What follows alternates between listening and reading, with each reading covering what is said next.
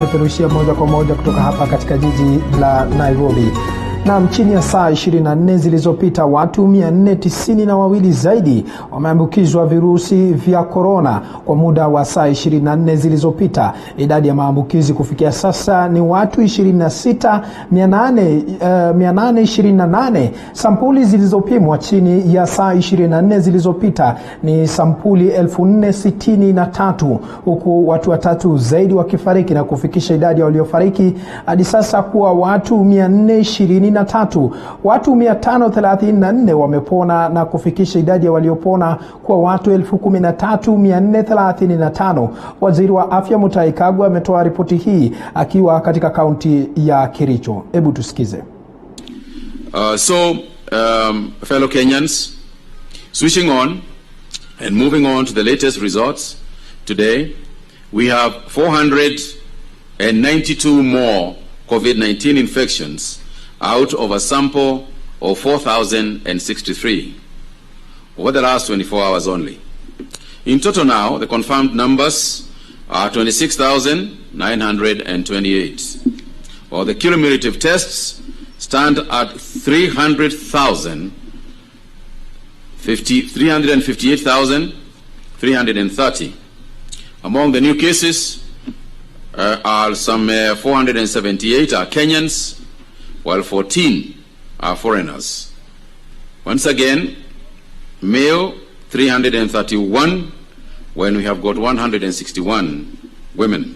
The youngest confirmed case is 11 months old infant, and the oldest is 83. And just to report about the infants, we continue to have this infant positivity. And again, I would like to appeal to mothers and those people with small children. Please limit the number of visitors you are bringing to the house. If you have got an infant, just limit the number of people coming.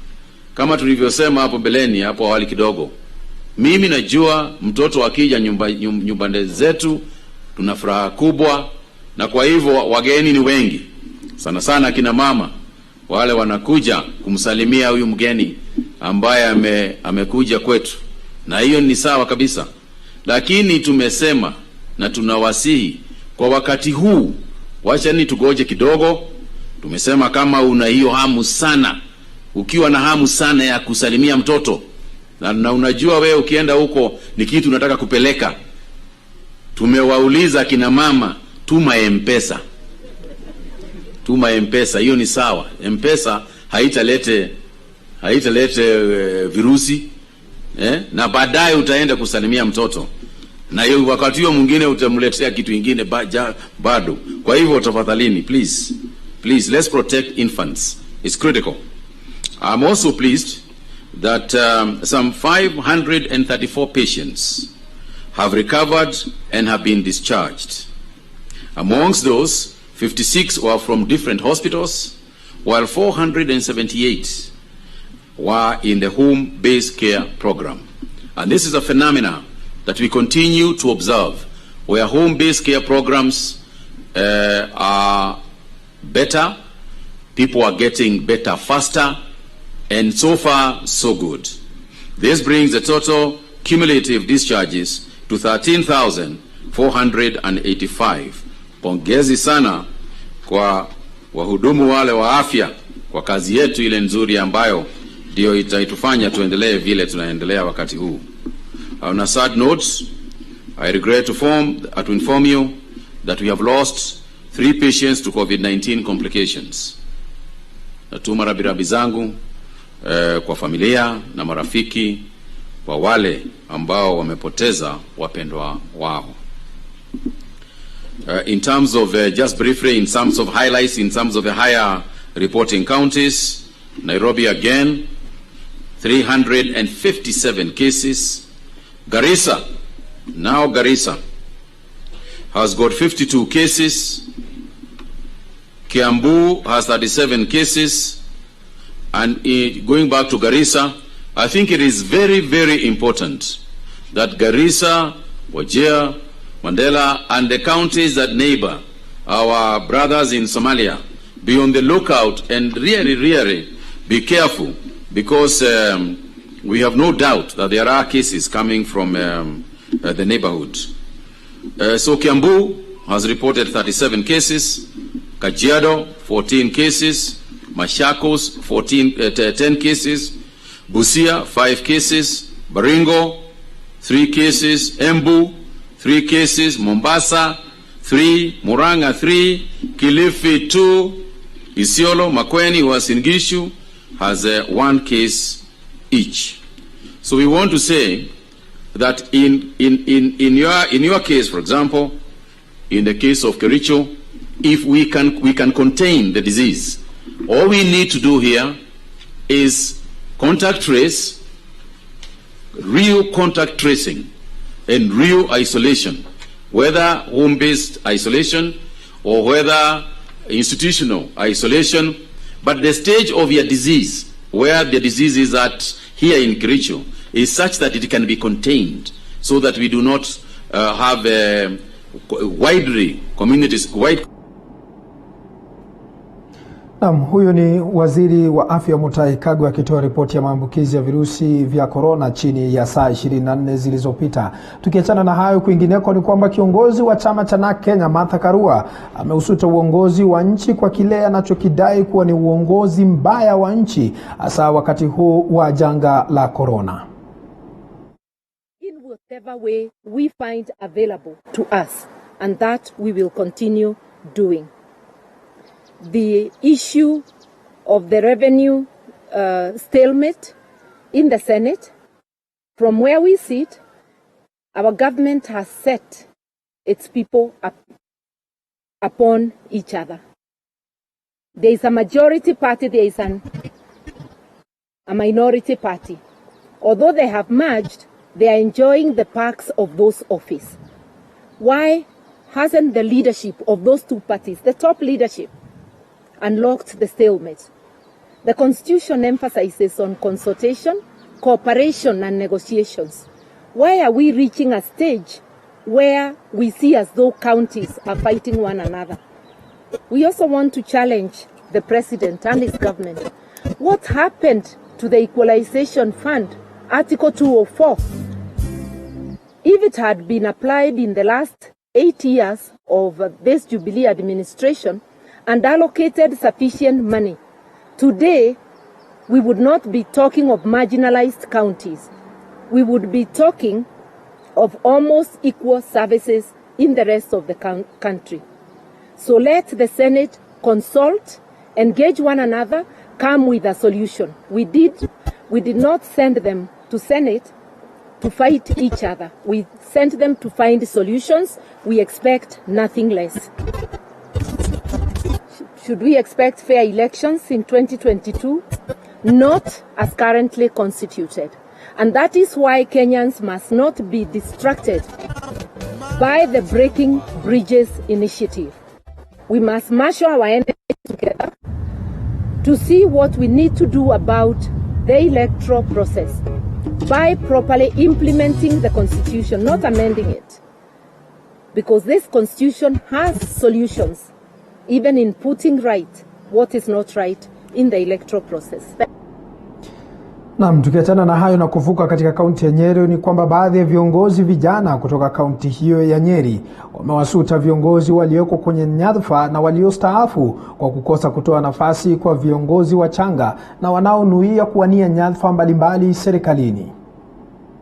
Hapa Nyeri sisi hatuna youth hata mmoja amechaguliwa ama ameappointiwa na serikali ya Kenya kushikilia wadhifa wote ule, na tunauliza aje kama ukweli tulitoka wadogo kwa wakubwa kupiga kula na tukasema ni kumera, na saa hii hakuna mwenye tumeona amechaguliwa katika area yetu. Fortunate that our leaders in Mount Kenya, they are actually in supremacy battles, whereas the rest of the country, the other leaders are actually laying foundations and platforms for the young people. But farthest part of the country, people in the government lobbying for their people to be included in the government. But in our area, Nyeri, we have not seen many youth being given opportunity. Yeah. We still have quite a lot of young qualified youth leaders, and I think this is quite a failure on the Nyeri leadership, so to speak, and maybe apologize to whoever I may offend in that, but for sure we need to see a bit of more aggressive lobbying when it comes to getting these appointments. Naam, tukiachana na hayo, tukivuka kwingineko ni kwamba wakazi wa eneo la Pwani wamelalamikia ukosefu wa hospitali zinazowahudumia wagonjwa wa kiakili. Wakazi hao waliyasema hayo kupitia mradi unaohamasisha jamii kuhusiana na maradhi ya kiakili. Mradi huu kwa jina Dufisimu unanuia kuwapa wakazi eneo hilo ufahamu zaidi kuhusiana na maradhi ya kiakili nchini. Ongoza utafiti huo ulihusiana na watu wanaojiua ama watu wanaojitia kitanzi katika jamii yetu ya Kilifi. Tukagundua kwamba watu hawa ni wengi sana.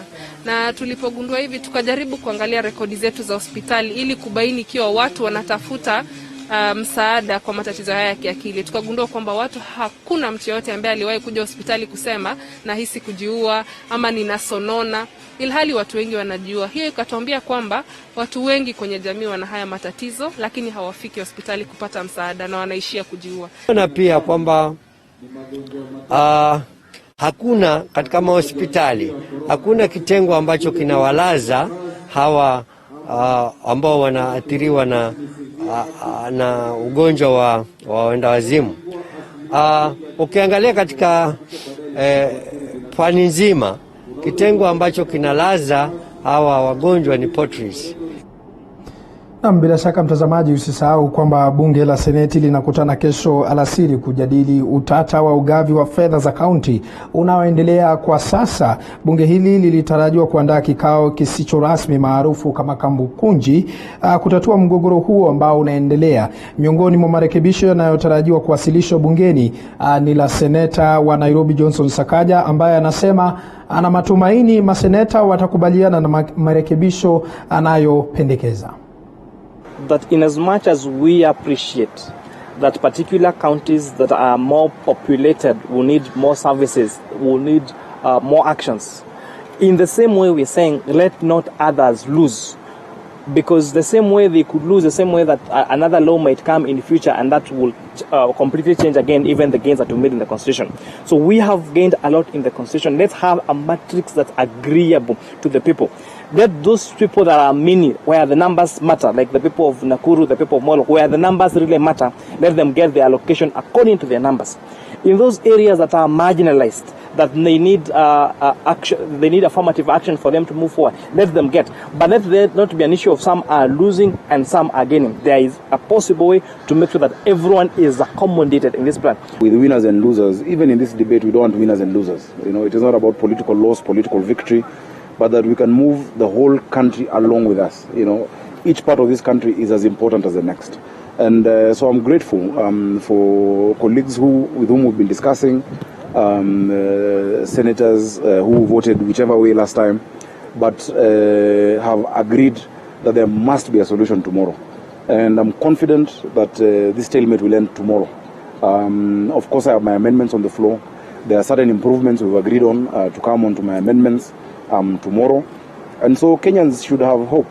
Whether you're in Nakuru or Mandera or Nairobi or Migori, this country has elected leaders, it has nominated leaders who are thinking about the country before themselves.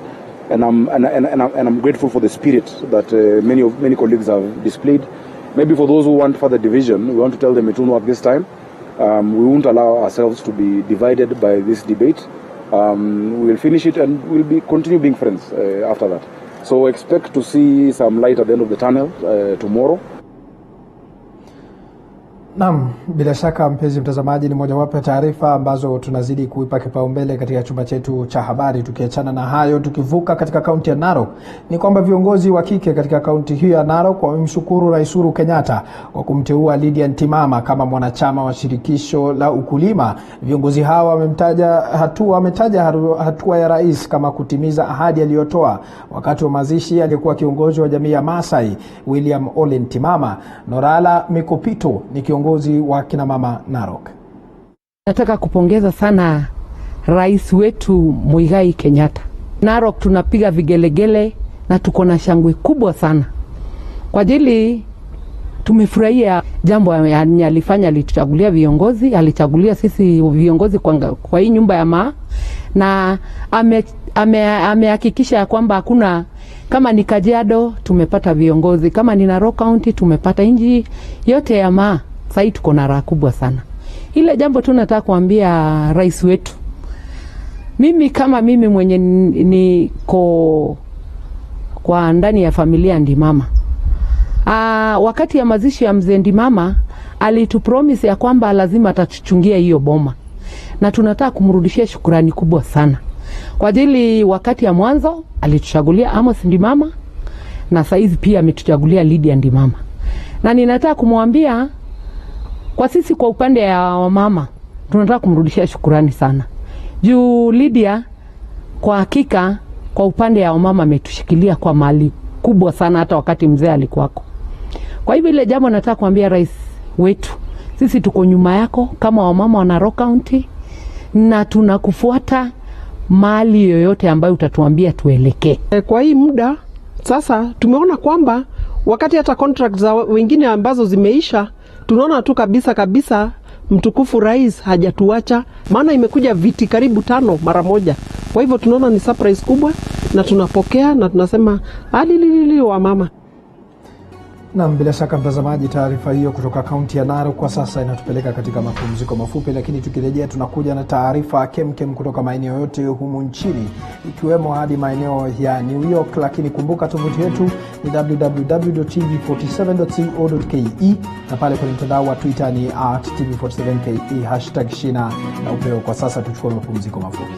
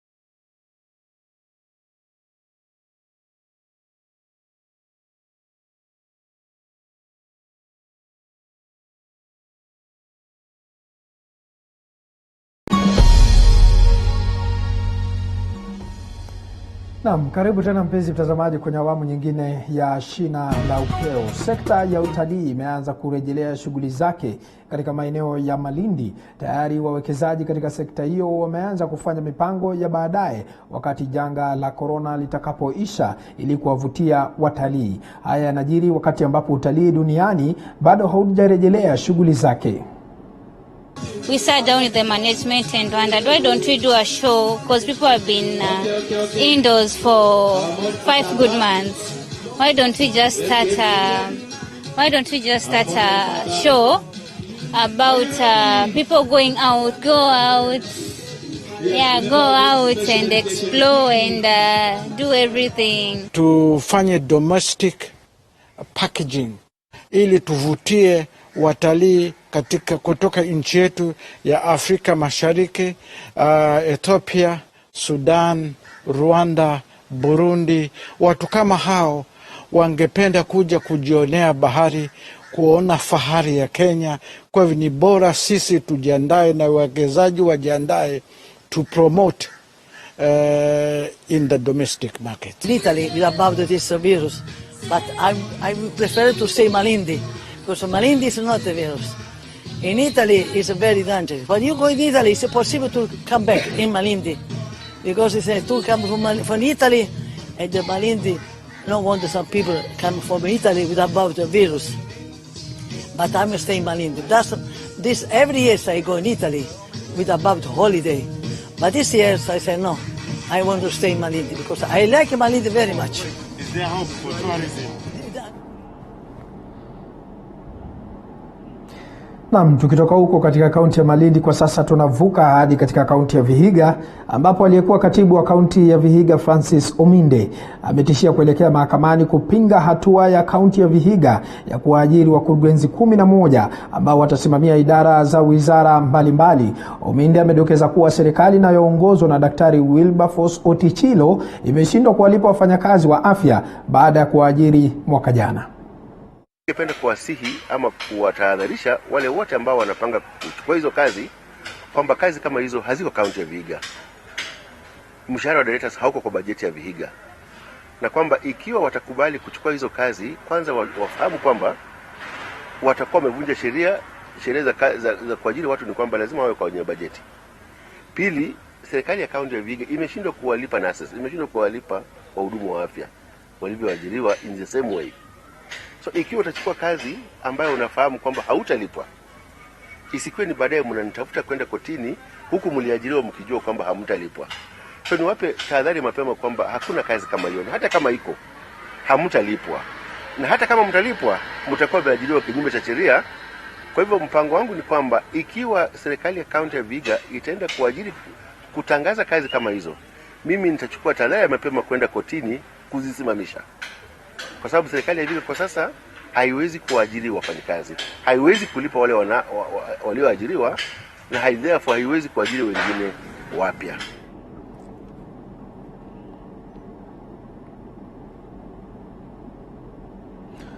Naam, tukitoka huko Vihiga kwa sasa tunafululiza hadi nje ya nchi ambapo waandamanaji walikusanyika mbele ya jumba la mkurugenzi wa Amazon Jeff Bezos katika mji wa New York wakitaka bwenyenye huyo atozwe ushuru. Kampuni hiyo ya Amazon iliongeza faida yake hadi dola bilioni 5.2 kwa miezi 6 tangu kuanza kwa janga la corona.